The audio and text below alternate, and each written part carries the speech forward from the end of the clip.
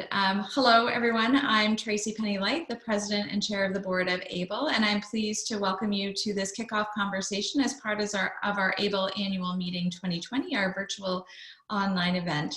I'm pleased to welcome today Gerry Hanley, who's the Director of MERLOT, and he's going to share with you some of his thoughts on open educational practices as it relates to ePortfolios and doing it well. So Gerry, can I just turn it over to you to say a few words about yourself and your background? Great. Thank you, Tracy. And I'll just say, everyone, it is great to be back in contact with Tracy, which we probably go back 15, 20 years to the very early days of MERLOT. And I'm a professor of psychology, and then I had a road to ruin in administration.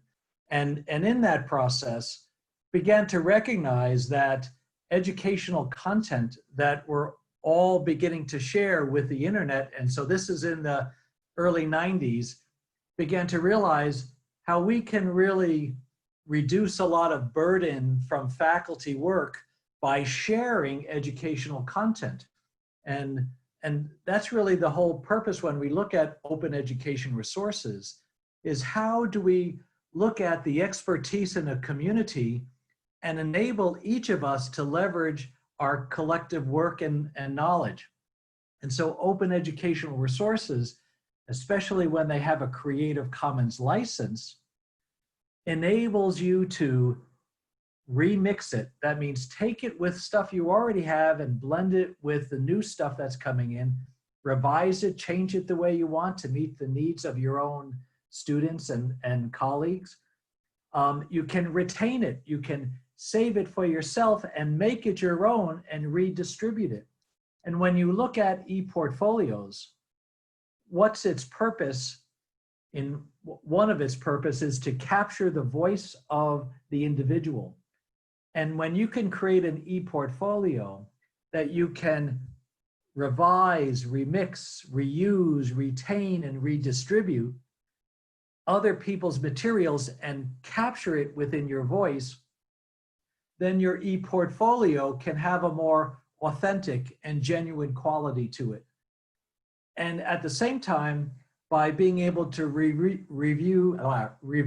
and remix other people's stuff, you're not starting from ground zero with everything you're creating. And you're recognizing that what I am able to do is built on the efforts of a larger community. And a Creative Commons license allows you to recognize those contributions by, when you publish something, you can put some of these things, I want to attribute it to the original source to XYZ. So there's a way to really show your own voice and also show that you're part of a community that, if you want to think of it in voice-wise, is a chorus that really sounds so much better when you're coordinating your efforts. So I think, just on principle, open educational resources can be very helpful in helping people build their ePortfolios. If it's a teaching one, how faculty can say how I'm sharing my resources with my community, but make it my own. If it's a learning ePortfolio, a student too can take that open education resource and say, how do I want to make it better to capture what I have to say for in the context of the course? And an institution can also create these ePortfolios that then really become a collection of all their faculty and staff and students, and then allow that customization to occur. So the open education resources, I think, provides a very powerful tool to help make ePortfolios efficient and effective. Now, what I'm going to do too is just say, okay, you have all these resources that are out there that I read. Now, I think an important element of ePortfolios is around capturing the know-how. If it's a teaching ePortfolio, the know-how of teaching. And that's different than just the content of teaching. So what I'm going to show you now is just MERLOT. One of the roles I play is I'm the executive director of MERLOT. which is, think of it as a wine steward. And so my job is really to help serve people around the world with free educational content. And if I could help pick out resources that are just right for what you're trying to do, then I've done my job.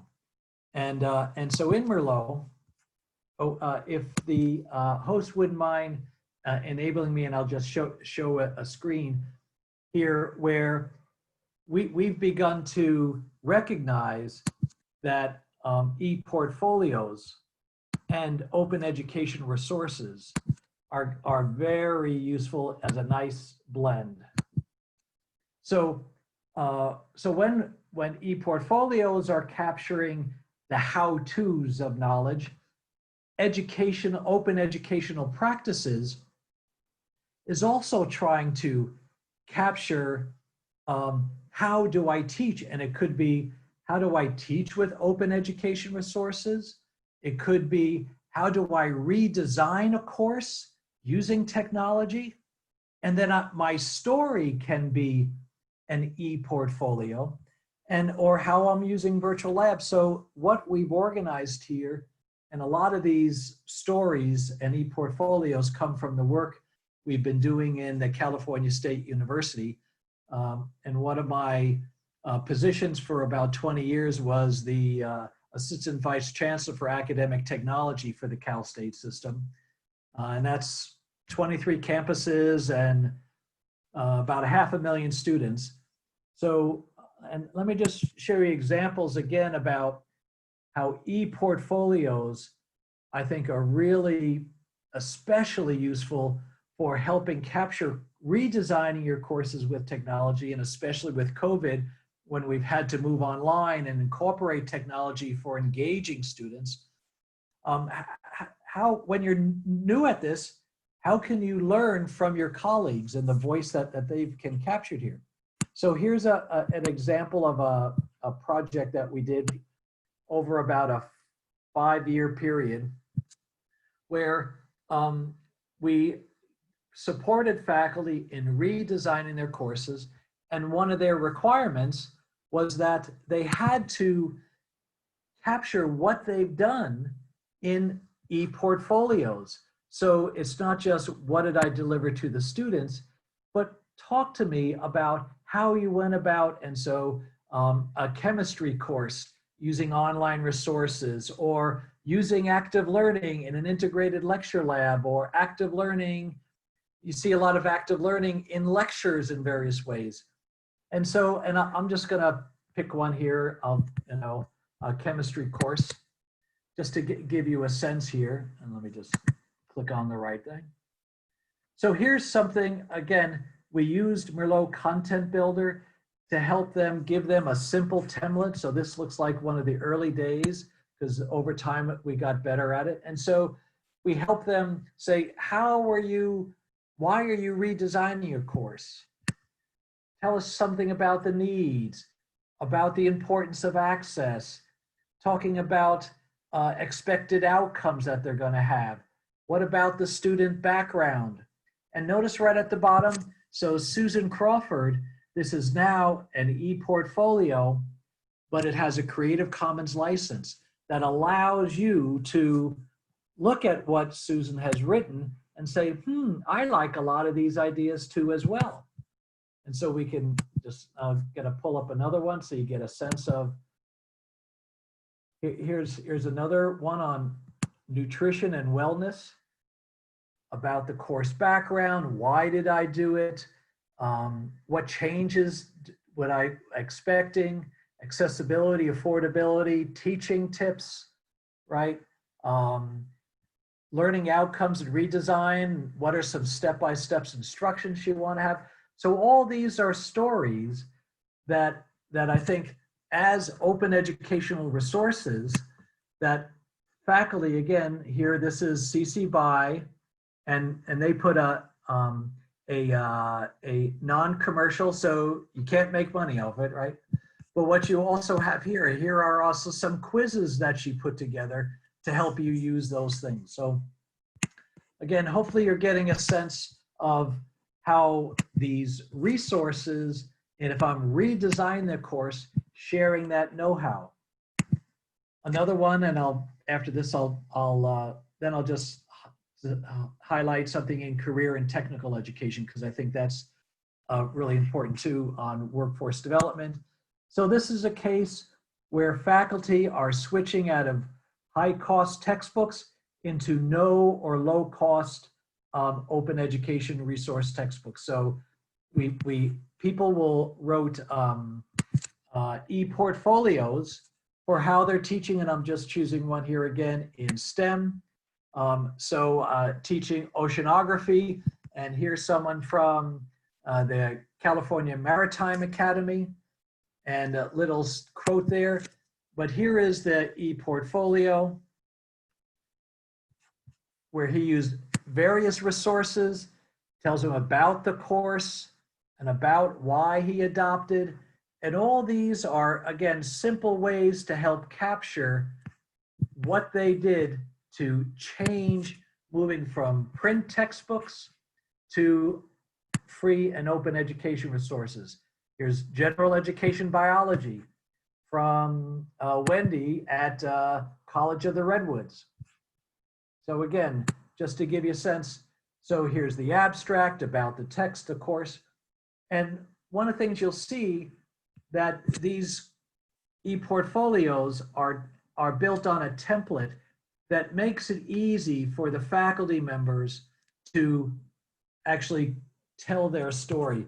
We give them, and now I'll just give you a little example here of, we're in MERLOT, and where these templates are, you can simply create materials.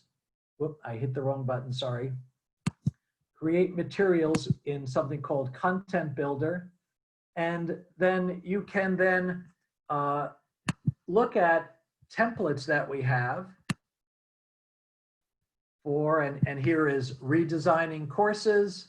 So you can click on this, go blah, blah, blah, type a title in, and right away, here's a template where we're giving you scaffolding questions that can help someone tell their story in a structured way. And you can change all this however you want. So hopefully just giving you a sense of the resources that, as an open education service center, MERLOT provides tools and templates to create e-portfolios and a whole inventory of materials that allow you to build open education resources for yourself. And all these are also available for your students, because MERLOT is free and open for them too as well. And just so you know, where there's technical education and virtual labs, and even how to move online, where we've created portals that institutions have helped, again, as open education resources, take these things to help their faculty teach and learn. So hopefully you get that gave you a little set of appetizers about how open education resources can really support the goals of e-portfolios in capturing authentic voices of students, faculty, and institutions, and to capture the experience of learning. So I hope, Tracy, that is helpful to give a little overview of what we can do. And we are here to support the ABLE community. My motto is give a gift and not a burden. And I hope these will help ABLE and your community be successful in achieving your goals. Thank you so much, Gerry. I mean, I'm just so excited about this kind of renewed partnership with MERLOT, because, you know, just like you're all about community and sharing, that's exactly what the ePortfolio community of practice that ABLE is about as well. And, you know, it's about not reinventing the wheel and being able to leverage all of the good work that's gone on before you've got to the point where you're thinking about some of these issues. And so and simple. I think, for those of us, especially in this current context, when we're having to move online rapidly, maybe we haven't done it before, resources like MERLOT, where people can use them, find great examples of what other faculty have done with technology in the past, and also, I think, document the evidence of our own learning as we're making these changes to our courses and our portfolios is really, really exciting. As I was looking at many of the faculty portfolios, I instantly saw great evidence for promotion and tenure files, and for performance review documents, and all of those kinds of things. And there's such an important part of reflecting on what are we doing and why are we doing it. And, and the idea that faculty are willing to share their assignments or their tests or their different kinds of resources with the community, I think is really special. So I'm excited for our community to engage more with MERLOT.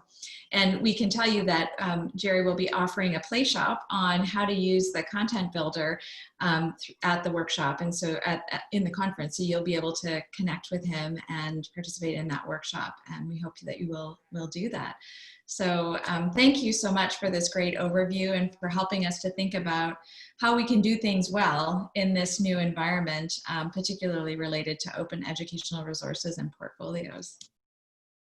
Well, thank you, Tracy. And so everyone knows the MERLOT Vineyard has many people who planted the original roots, and Tracy Pennylight was one of the people who planted the roots that now has grown over 23 years. And it's just great to be back working with Tracy and with the whole ABLE community. And I think where MERLOT has really moving toward is more about providing practices, shared practices, and you folks have been in this business for a long time.